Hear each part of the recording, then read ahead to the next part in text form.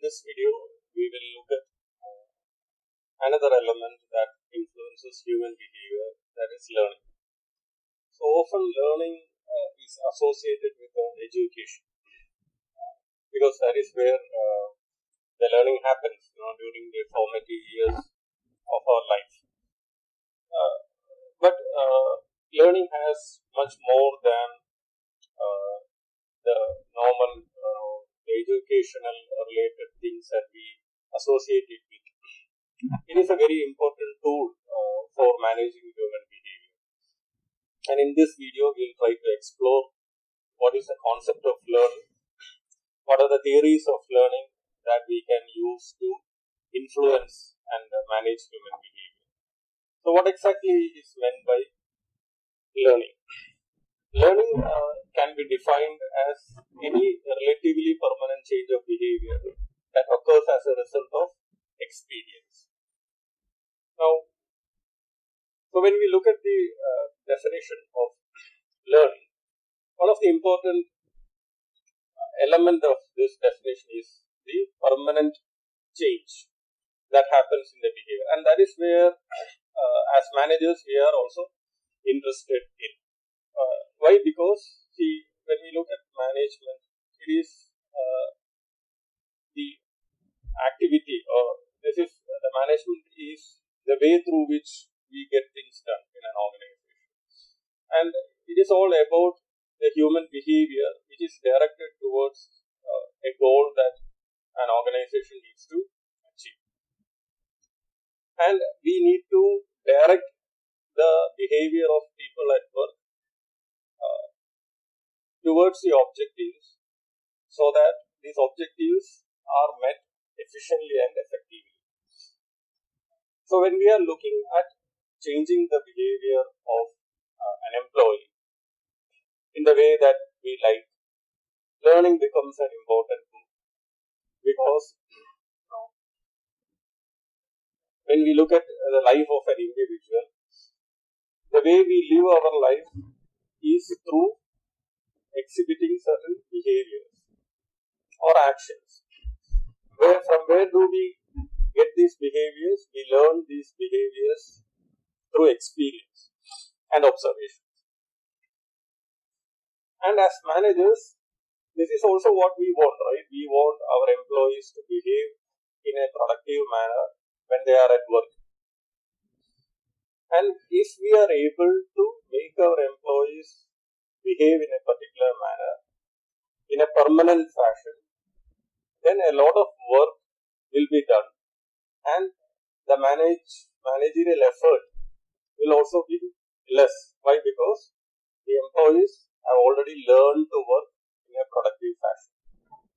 So all these three components of learning, like change, permanency, and experience, are very critical for managing human behavior. In simple words, we want as managers our employees to behave in a productive manner, and whatever tools that help us to make our employees behave in a productive manner will be useful for us, and learning is such a very powerful tool. Let us look at certain theories of learning and try to get some insights from this learning concept, which is essentially a psychological concept, and let us also try to see how we can use this concept to our advantage in a managerial perspective. There are three major theoretical concepts when we are looking at the learning aspect. One is classical conditioning, second is operant conditioning, and third is social learning theory. Most of the managerial textbooks deals with these three theories. Let us look at the first theory, that is classical conditioning, and as the name implies, this conditioning theory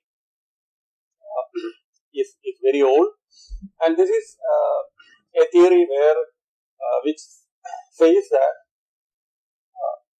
there is a type of conditioning in which the individuals respond to some stimulus that would not ordinarily produce a response. Now, what does it imply? The classical conditioning theory has its roots from the famous experiment conducted by Pavlov on a dog, where we all know the experiment, where just before giving the food to a dog, a bell was rung, and Pavlov had a mechanism to check the saliva generation of the dog. And as we all know that when the food is offered, naturally the dog will produce more saliva. But the production of saliva as a response is not at all connected with the stimulus, that is ringing of the bell. So this ringing of the bell and the giving of the food to the dog continued for a while. And after that, when the bell rang, the saliva automatically got produced in the dog. So what Pavlov tried to posit was that the dog was conditioned, okay, for a response, that is the generation of the saliva, to an unconditioned stimulus, okay, that is the ringing of the bell was not at all related to the production of saliva, but the dog was conditioned in such a manner that when the bell rang, the saliva was produced. Okay, so it means that a person's or a subject's mind can be conditioned for a response, okay, which is not related to the stimulus. Okay. So unconditioned response are naturally occurring phenomena, and unconditioned response are the naturally occurring response to a natural stimulus. So in this case, the food was a natural stimulus and the saliva was a natural response. Okay. But in the experiment, an artificial stimulus of the bell was introduced, okay, and the dog was conditioned to respond to the artificial stimulus. So that is what is known as conditional stimulus. So it's a passive form of learning, and the criticism of this classical conditioning is that it is reflexive and it is not voluntary, and it is not a theory which have a lot of application as well as OB learning is concerned. Now, what is a real life, another example connected to human behavior is that when we hear a nursery rhyme, then suddenly now we have a nostalgia, or that feeling of our school days will rush to our mind. Or if there is a particular perfume that our family members or somebody who we have loved in our childhood, then that smell can evoke the same kind of response. Okay, so these are all examples of classical conditioning. Now, the second theory is called as the operant conditioning. Now, in this type of conditioning is where the desired voluntary behavior leads to a reward or prevents a punishment. So this is where we try to modify a human behavior by giving a stimulus. Okay. So the idea is that the behavior follows a stimulus in a relatively unthinking manner, but that is why we again talk.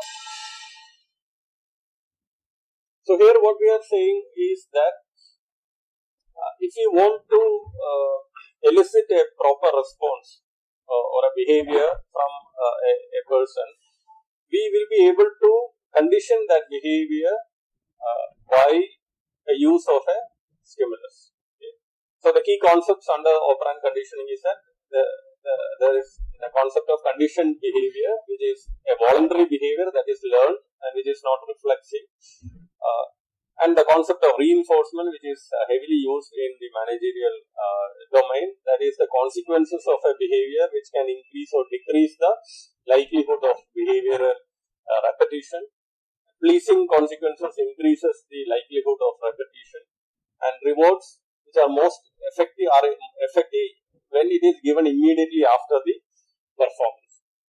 and those behavior which are unrewarded or where behavior which will elicit punishment is unlikely to be repeated. So it means that a person's behavior can be conditioned by a careful and calibrated use of the stimulus. For example, in many organizations, when a person comes late, then his salary, a part of the salary is cut. So a unwanted behavior, the consequences, there are consequences which is obviously negative in the sense that he is going to get less money. So since he is going to get punished, there is a chance that he may not come late, or that unwanted behavior can be eliminated.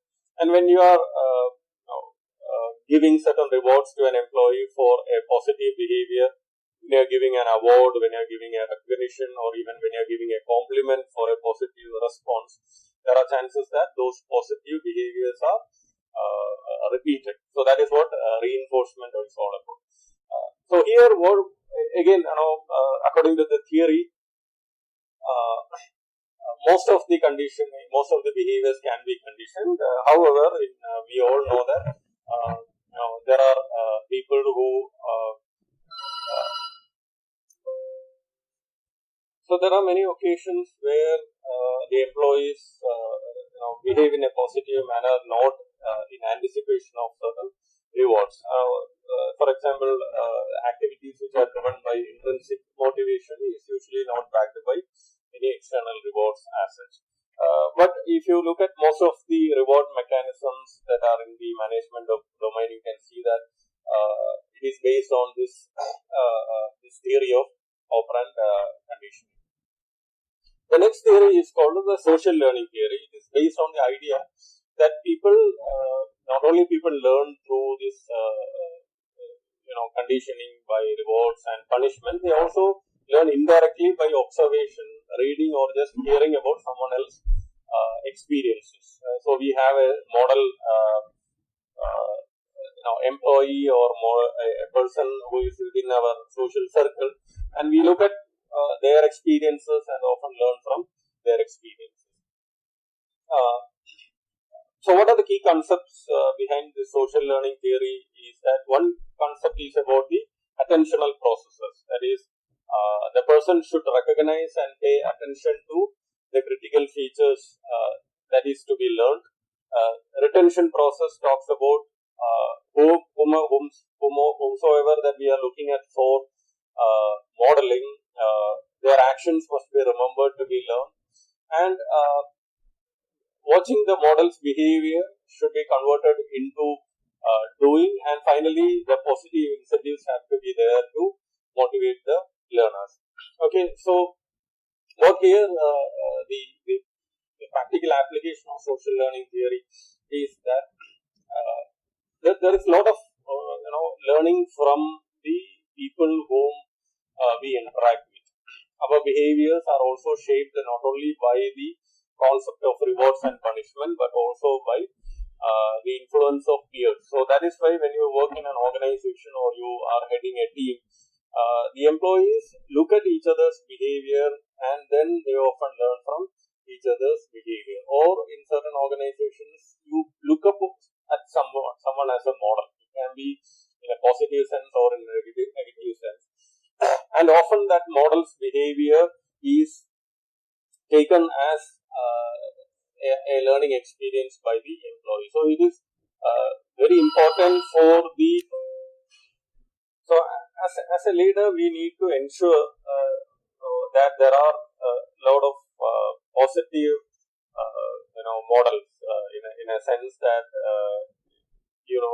since people learn from each other, you also have to ensure that for an employee there has to be some people whom they can look forward to in a positive sense.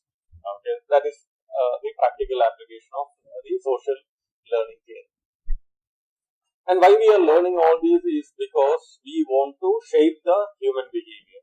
We want to systematically reinforce the behavior of the individual so that their response is adding value to the organization as such.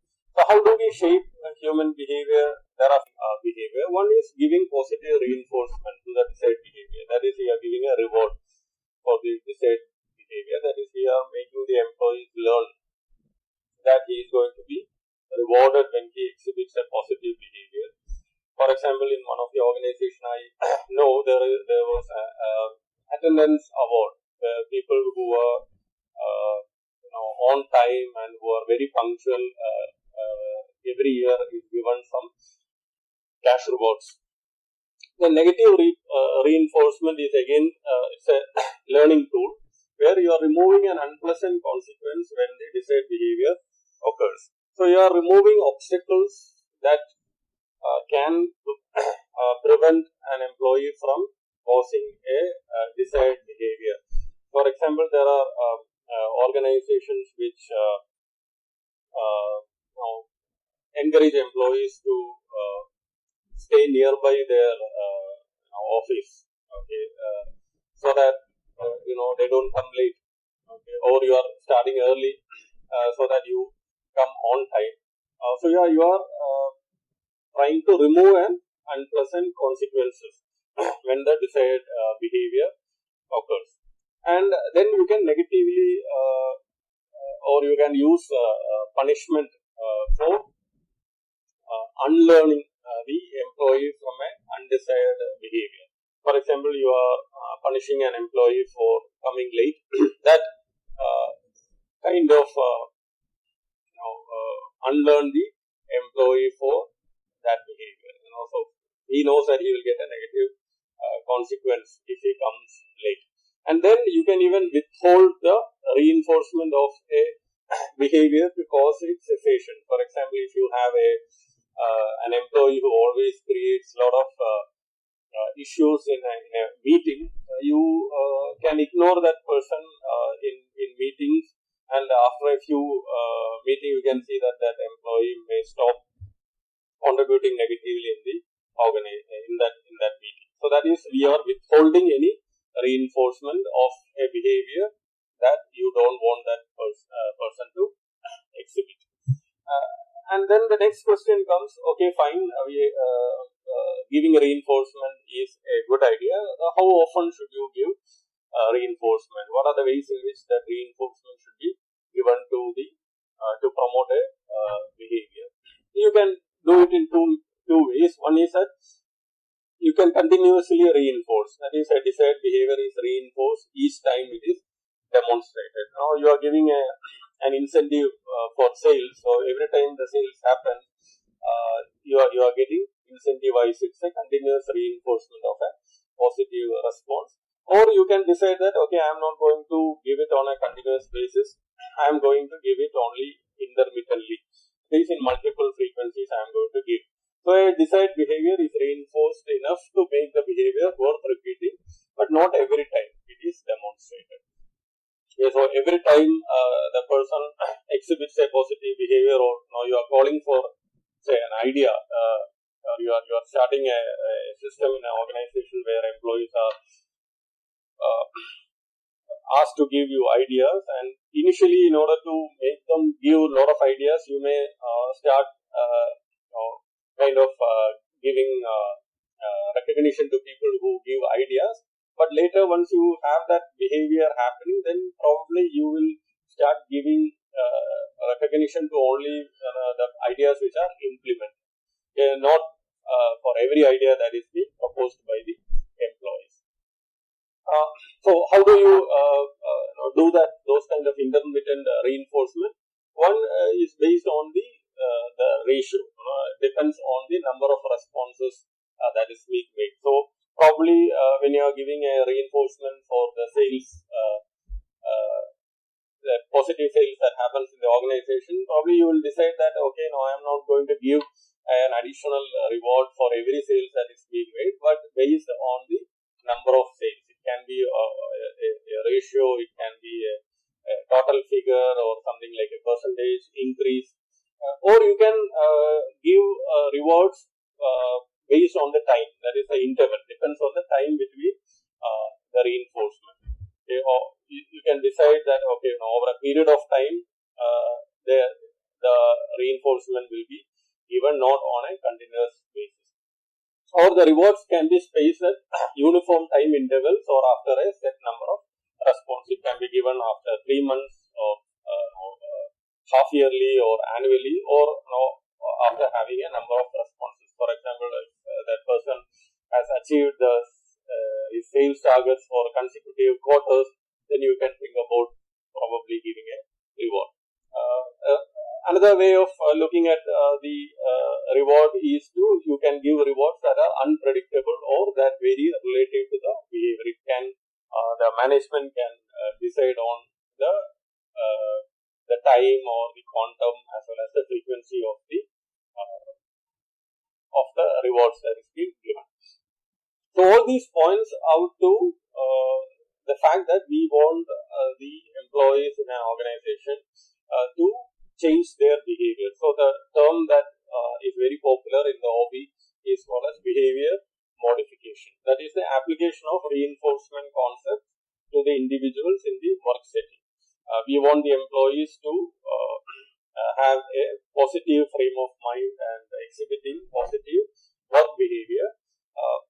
So how do we professionally implement that behavioral modification in organization? First is, of course, you identify the critical behaviors that we want our employees to exhibit, and then you need to have some baseline data. We need to have an understanding about where we are and what we want to do and where we want to reach. So some baseline data has to be generated, which will act as both as the baseline as well as the benchmark. Okay? And then you identify the behaviors and the consequences of those behaviors, and then you try to intervene so that those behaviors can be changed, and then you evaluate the performance. Okay, so understanding for example, you are looking at changing the behavior of your frontline staff to make them more customer friendly. You need to have some kind of an idea about where we are at this point in time in terms of the customer friendliness of our employees. And then we create a benchmark. What will be the kind of, it can be an external measure or it can be an internal measure. And then you develop and you identify those behaviors and identify the behavioral consequences. And then you decide on how do we intervene, how do we change those behaviors, what kind of reinforcement methods that are going to be used to induce those behavioral changes. And finally, once that behavioral modification process is done, you will try to evaluate the performance improvement. Although this OB mode has become very popular, there are a lot of criticisms for this model. The primary criticism is that although we know for sure that the reinforcement aids learning, we are forgetting the fact that there are thoughts and feelings that also drive human behavior. It is not only that the rewards and punishment is driving human behavior. There are researchers who say that if you are giving an external reward to an employee who is exhibiting a positive behavior because he is intrinsically motivated, that external reward can reduce his feeling of satisfaction and happiness. It will reduce his motivation and such. Just focusing purely on reinforcement, positive and negative, may not fully explain certain behaviors that involve thinking and feeling. For example, during the 26/11 terrorist attack in Mumbai, the employees of Taj Hotel showed exemplary courage in securing the lives of the guests, and some of the Taj employees even lost their lives in doing that. You cannot explain that behavior using this reinforcement. They are not offered a salary to give up their life. So they did that because of a lot of other reasons other than just the reinforcement. And sometimes the stimulus that we are offering, it may not be consciously given as a means of shaping the behavior. Employees definitely will see through our actions. they are smart enough to see what we are doing, and probably we cannot be too obvious in using reinforcement and these conditioning strategies that we have learned in trying to shape their behavior. So the modern OB theorists and management practitioners are using more of a cognitive approach to shaping of human behavior. So what we are trying to understand during this lecture is about the various concepts in the learning, and it is sure that learning as a theory and as an OB construct is very critical in understanding human behavior, and it also gives us a lot of pointers in trying to shape human behaviors. But it has to be understood along with the other variables that are in play, like emotions, attitudes, personality, a person's thinking and